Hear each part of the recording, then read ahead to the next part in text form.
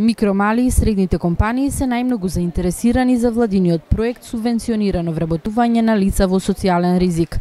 Досега преку овој проект за 2 години се вработиле 145 лица кои што се уште се во работен однос.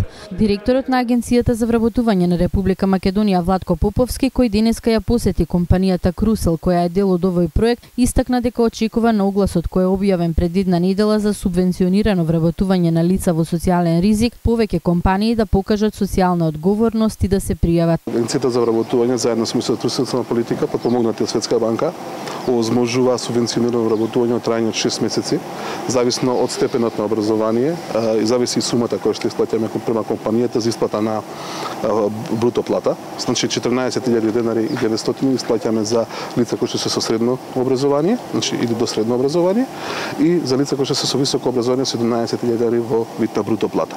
Дополнително даваме стимул на компанијата во висина од 5.000 денари за секој вработено лице, бидејќи оваа категорија на лица има потреба од повеќе прилагодување, од повеќе време да се прилагодат на работниот процес и на крајот да бидат нормално успешни вработени, односно задоволни лица кои што примаат соодветно наместа со својата работа.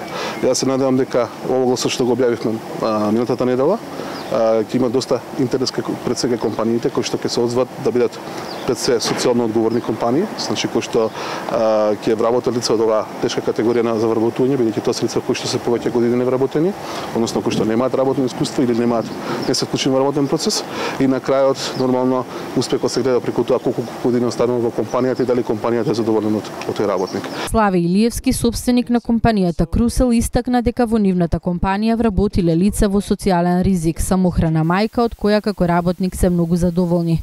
Тој изрази задоволство за помошта која добиваат од владата за вработување. Нашата компанија се бави со увоз на техничка роба.